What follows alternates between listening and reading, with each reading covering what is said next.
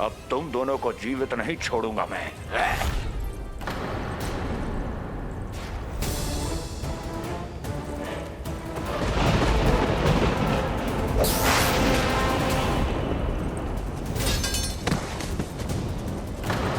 स्वामी,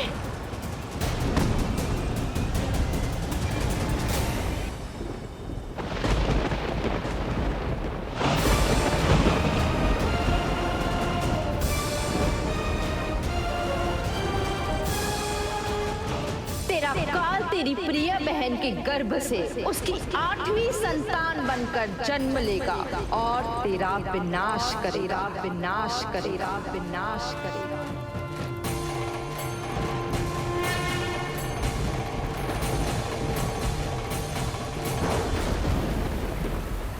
प्रलय आने वाली है, प्रलय आने वाली है, प्रलय आने वाली है।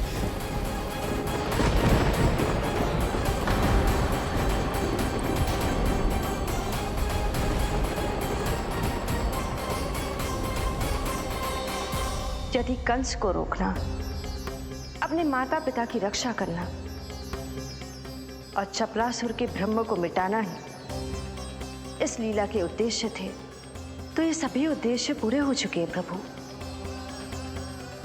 अब तो ये प्रलय रुकनी ही चाहिए। ये केवल सखा की लीला ही नहीं है देवी पार्वती, उनकी माया का उदाहरण भी है। मार्कंडेय ऋषि को दिए गए वरदान को पूरा करने के लिए ही ये सब हो रहा है। कौन सा वरदान प्रभु? प्रभु की माया को साक्षात अपनी आंखों से देख पाने का वरदान।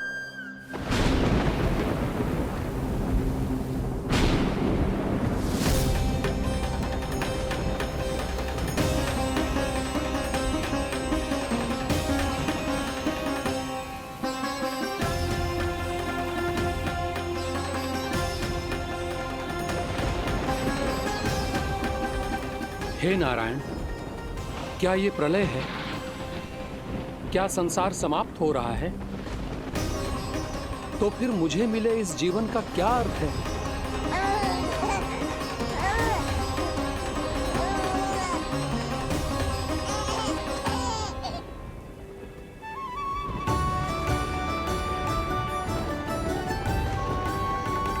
ये बालक यहां कहां से आया?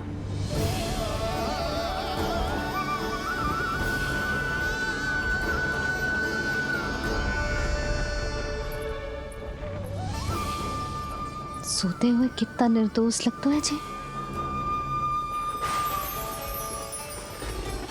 चारों ओर जल ही जल है, सब कुछ प्रलय में नष्ट हो रहा है, किंतु ये कितना निश्चिंत है ये।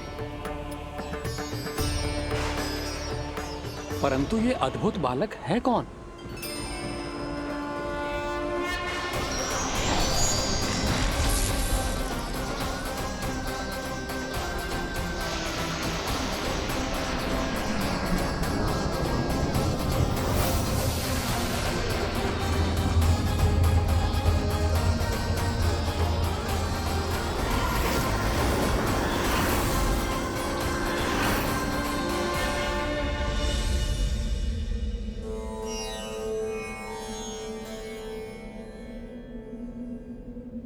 जिन घने काले बादलों ने आकाश को घेरा हुआ था, कहां गए वो?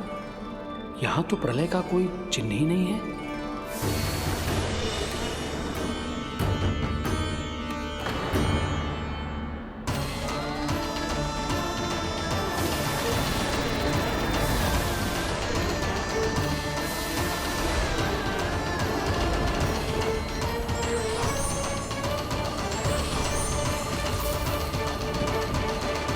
ये आप ही की माया थी ना प्रभु? मुझे इसका साक्षी बनाने के लिए आपका बहुत बहुत धन्यवाद। परंतु इसका अर्थ क्या है प्रभु?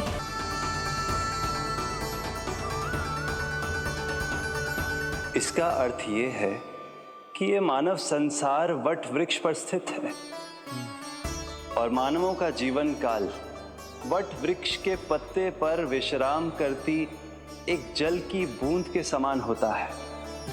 वो बूंद जो किसी भी क्षण नीचे गिर सकती है। आपने तो स्वयं देखा है महर्षि, ये संपूर्ण जगत, ये महाब्रह्मांड मेरे ही भीतर स्थित है।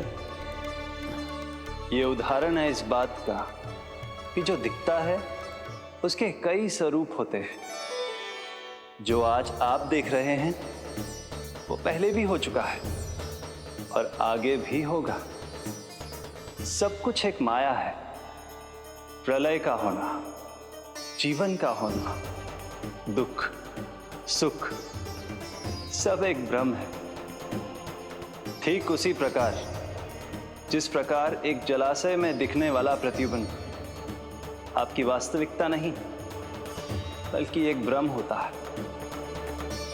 इसलिए मनुष्य को सदैव ध्यान रखना चाहिए कि जीवन में कोई भी संकट क्यों ना आए,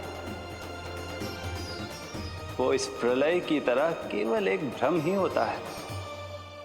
ऐसे समय में जो संकट के सामने झुक जाते हैं या अधर्म का साथ देते हैं, वह स्वयं को उस भ्रम रूपी प्रलय में डुबोकर नष्ट कर लेते हैं।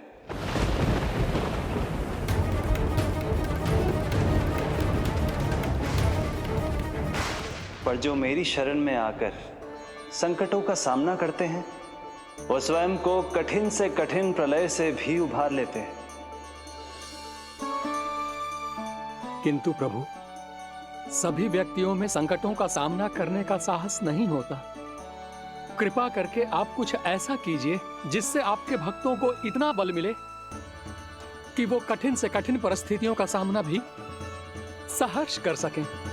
मैं वरदान देता हूं महर्षि, पीपल के पत्ते पर बाल कृष्ण की इस छवि का स्मरण मेरे जो भी भक्त करेंगे उनके साथ मेरा आशीर्वाद सदैव बना रहे। वो चाहे कितनी भी कठिन परिस्थिति में क्यों ना फंसे, बाल कृष्ण की ये छवि उन्हें उससे उभर पाने में सामर्थ्य प्रदान करेंगे।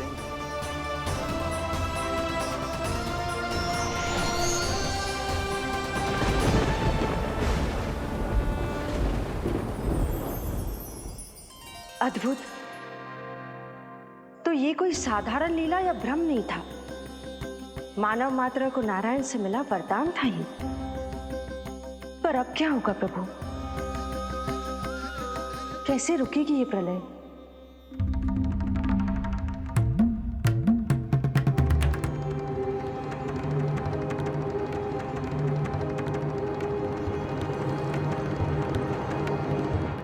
क्या सोच रहे हैं प्रभु? क्या आप रोकेंगे ये सब? नहीं प्रिय, ये कृष्ण की माया है, वही इसे रोक सकते हैं। पर मैं अपने सखा से भेंट करने अवश्य जाऊंगा। पर पिछली बार की तरह बिना उपहार लिए नहीं।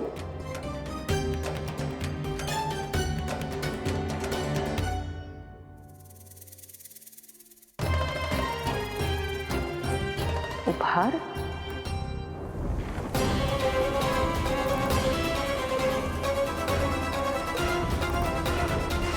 आप तो प्रलय का भी सामना करने के लिए तैयार थे ना भैया?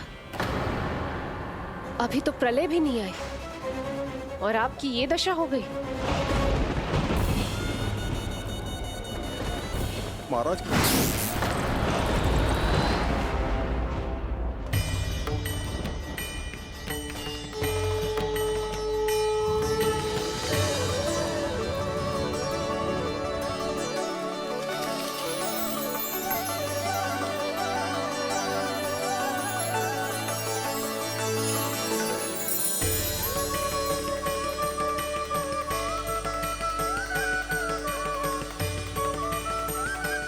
महादेव, आप उपहार में ये निष्प्राण वस्तु देंगे अपने सखा को?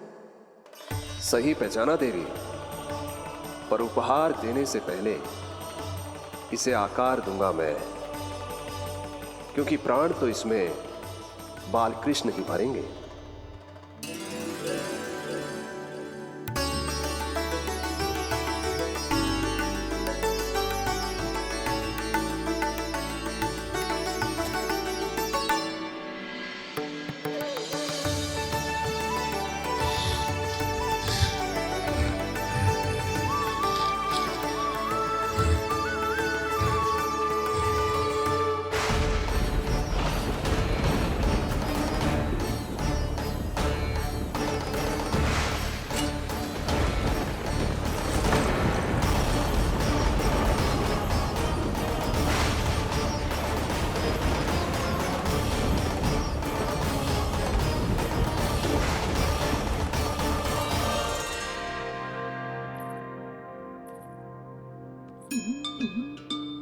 मुरली? बस उन्हें मेरा उपहार अच्छा लगे। यदि यशोदा मैया ने आपको अपने सखा से मिलने से फिर से रोक दिया तो? इस बार चुपचाप छिपकर उनकी दृष्टि से बचकर जाऊंगा देवी पार्वती। उन्हें पता ही नहीं चलने दूंगा। संभालिएगा प्रभु।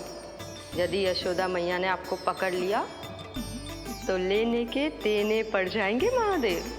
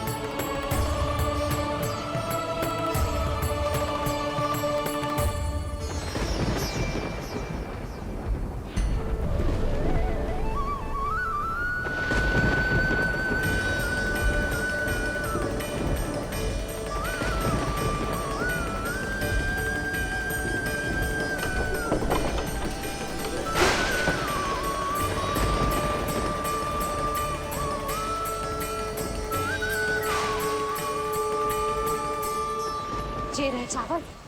जानकी को कही थी मैंने भीतर रख दे, छोड़कर चली गई बाहर, कुछ याद ही ना रहते ऐसे।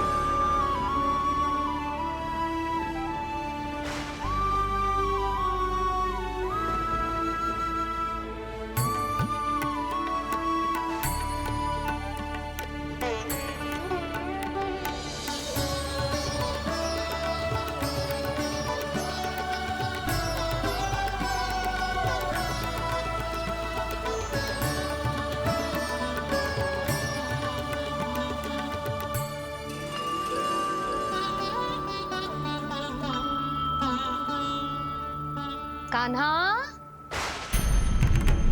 अंगूठा निकाल दे नन्ना, नहीं तो रुक जा, मुझे ही अंगूठा निकालना पड़ेगा तेरा। पूरे वस्त्र भीग गए मेरे, कहीं मेरे कारण इसका श्वास ना बिगड़ जाए। वस्त्र बदल के आ रही है मैया।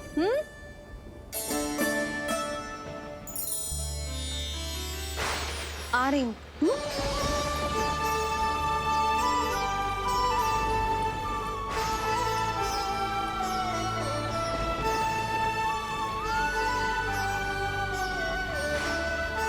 साम्राज्य भय पर ही टिका हुआ है। यदि आप भी इस तरह से भयभीत दिखाई देंगे तो आपके साम्राज्य को डगमगाने से कोई भी नहीं रोक पाएगा।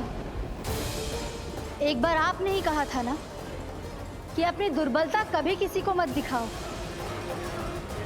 प्रजा को भयभीत कंस नहीं, भयानक कंस दिखना चाहिए, भयानक कंस।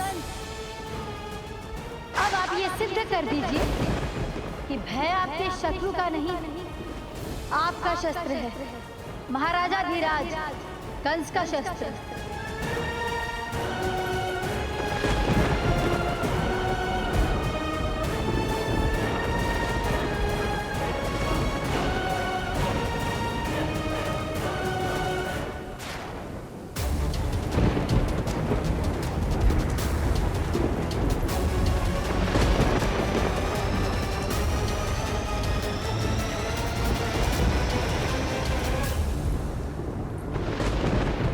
उससे क्या भयभीत होना जो स्वयं भयभीत हो, उससे क्या भयभीत होना जो स्वयं भयभीत हो। सखा, इस माया को विराम देने का समय आ गया है।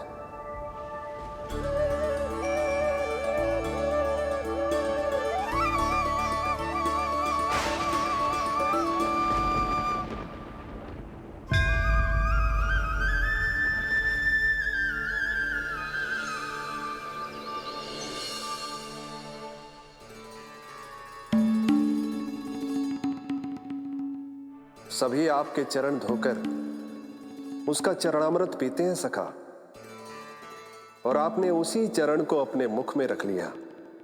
यही तो सखा, मैं इस तथ्य से चकित था, इसलिए सोचा एक बार अपने चरणामृत का स्वाद स्वयं भी चख ही लिया जाए। अब जो उपहार लाए हैं वो शीघ्र ही दे दीजिए।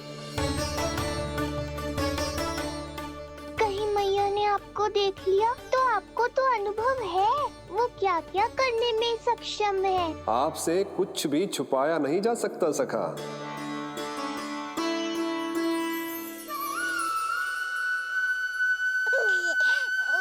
इन अधरों पे पांव के अंगूठे से अधिक ये मुरली शोभा देगी सखा।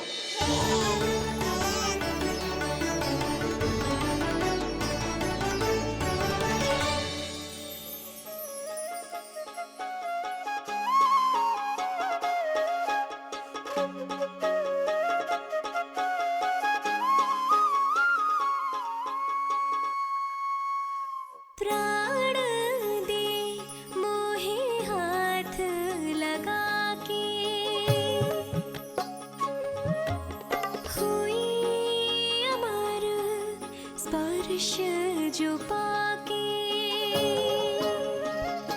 काठी को जीवनमय कर दिया, मधुर हो गई सारी। मन प्रसन्न मेरा तन प्रसन्न, प्रभु आज से मुरली हुई है तुम्हारी।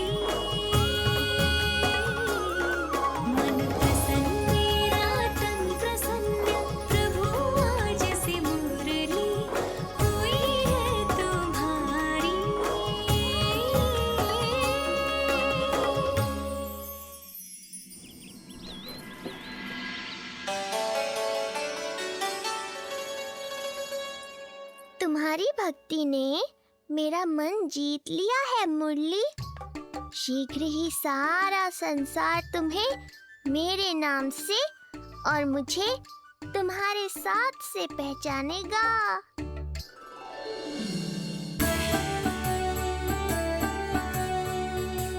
प्रभु, मेरे प्रभु, इस अनमोल भेंट के लिए आपका बहुत बहुत धन्यवाद सखा।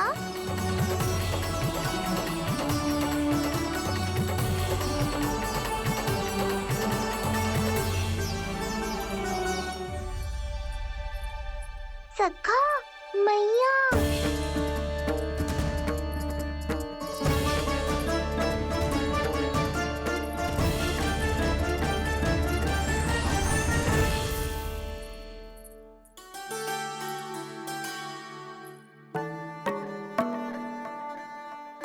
अच्छा जी, तो तूने अपना अंगूठा मुंह से निकाल ही दियो। बड़ा उपकार कियो अपनी मैया पे।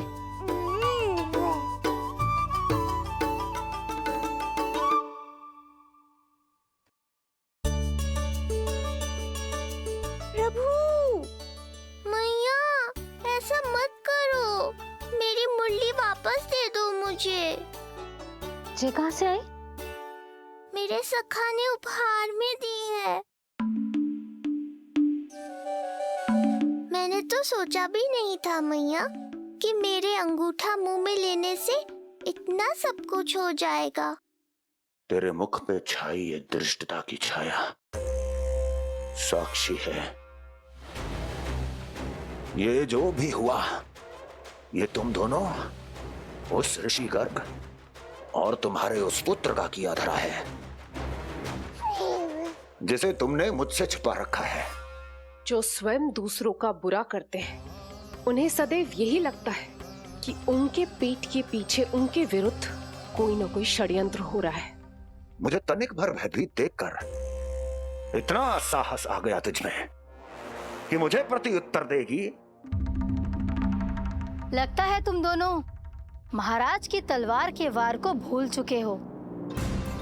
स्मरण करो, इतने वर्षों में इसने एक बार भी तुम्हें छुआ तक नहीं, लेकिन अनेकों बार तुम्हारे हृदय को रक्त रंजित कर चुकी है ये। मेरी इस तलवार ने तुम दोनों की 6 संतानों का रक्त चखा है और अब एक और संतान के रक्त में स्नान करने वाली है ये वो संतान जो गोकुल में पल रही है। बस कंस भैया बस, बस कंस भैया बस, बस कंस भैया बस।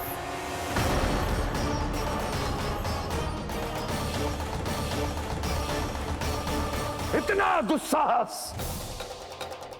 तू मुझसे ऊंचे स्वर में बात करेगी अपने बड़े भाई के सामने? बड़े भाई जैसे कौन से कर्म किए हैं आपने? और अब जो कुकर्म करने की आप सोच रहे हैं उसमें भी असफल होंगे आप। देवकी। नहीं स्वामी, आज मत रोकिए मुझे। बहुत सह चुके हैं हम, बहुत मौन रह लिए, परंतु आज इन्हें सत्य का पता चलना ही चाहिए। भैया, आपको क्या लगता है आप बहुत शक्तिशाली हैं तो अपना भाग्य बदल सकते हैं? आप भगवान विष्णु का सामना कर सकते हैं।